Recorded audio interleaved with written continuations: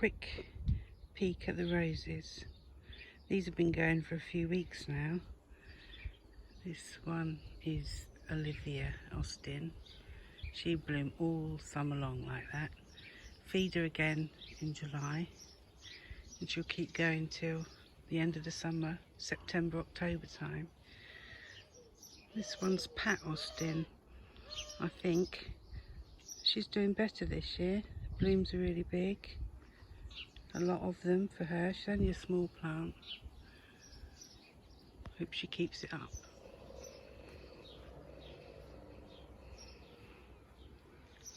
In the back there, growing up the oil tank, we have Septidile. There's 2 in there, so that should give a good show. It's difficult to get in there and prune them now though, since we've extended the bed.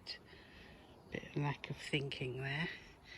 And in the back it's Lady Emma Hamilton, that nice peachy one.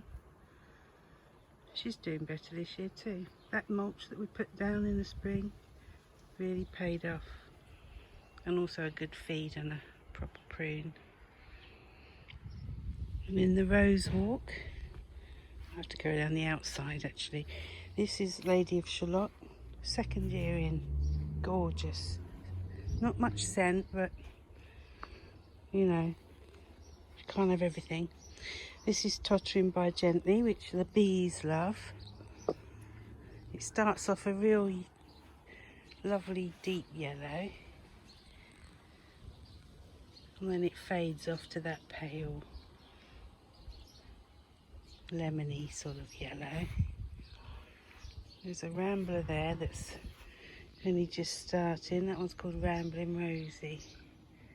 And this one that scrambles way up the tree, I don't know what it's called, but she's just starting to come now. I should have done this a few weeks ago, or days ago even. This is Princess Anne, and she's absolutely gorgeous.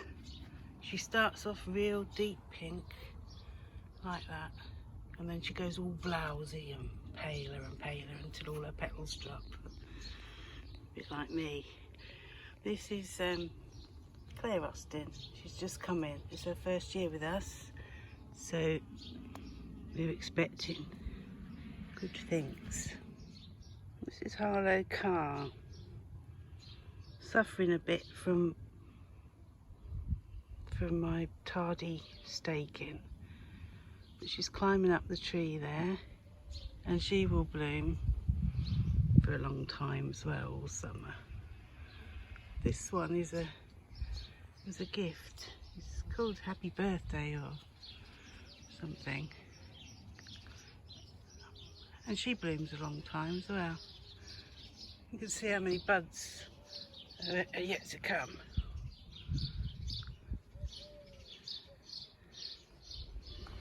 This end of the garden gets more sun, so we have Abraham Darby, which is the most fragrant rose in my garden. Gorgeous scent, makes your head go funny.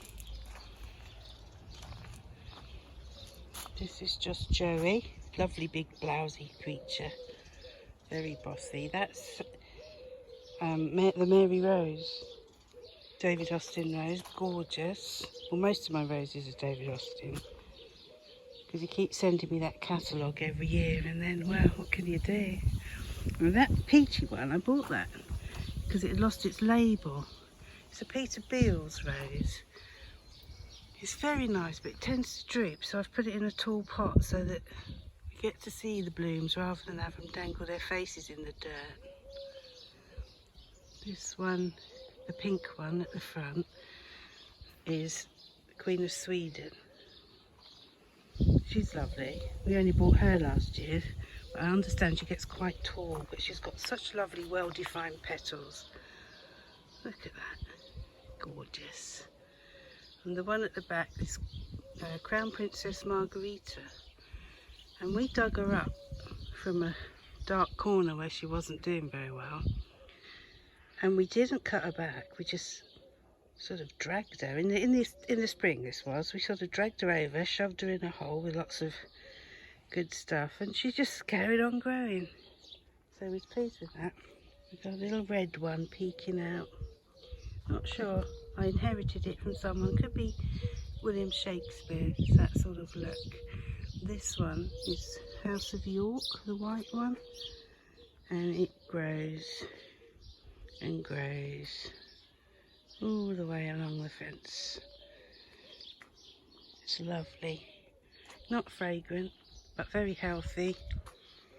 We've had an awful lot of green fly this year, but there's no sprays in my garden, no poison. I just hope that the butterflies or the ladybirds or the hoverflies will come along and do the job for me. The yellow one is the pilgrim. That's having a good year too. It's taken a while to establish, but it's good now. The pink one just coming out of the back. That's a mystery one. We don't know what it is. And this one, another lovely one, is Desdemona. I've got two of those. It's one of my favourites. Look at this one.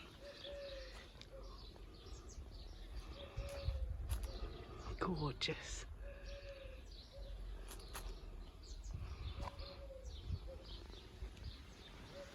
And growing in the middle of those two is Darcy Bustle. Not as tall as her namesake, but just as elegant.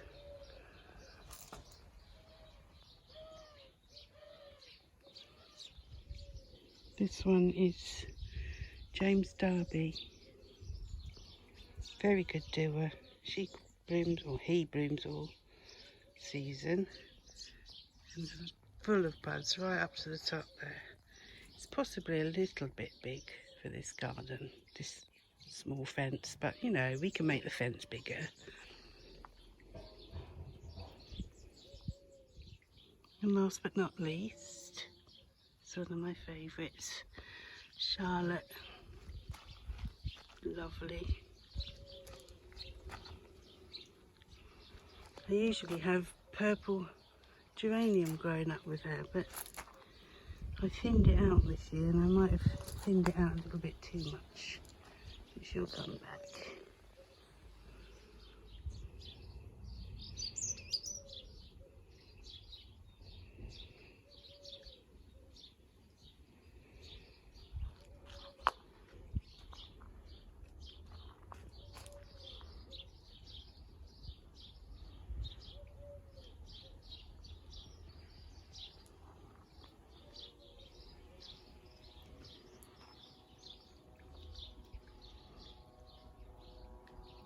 Clematis is Niobe.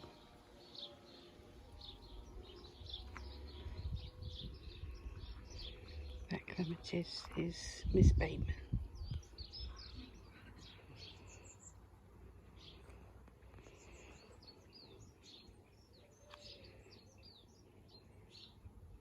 There's a weirdo at the bottom of the garden.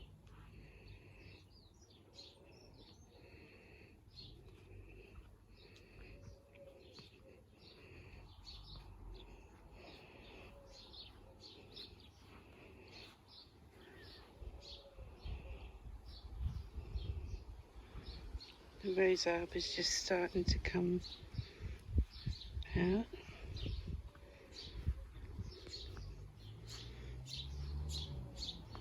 The under gardener being lazy. There's still a few to come out. I've got like Judy Dench, Summer Song. Oh, I didn't show you Munstead Wood. Tiny little rose at the moment because it's his first year, but it is doing lovely, hiding down there in the undergrowth. This one at the back is Buff Beauty. That one can get quite big as well. This is the new roses that we put in around about April, and that is Nike. That's another rose that I can't remember. Sweet peas. There's Boscobel in the middle there, budding up. So this little bit's come on quite well, considering it was bare earth a couple of weeks ago. Last look at the roses, and I'll see you next time. Thank you for watching.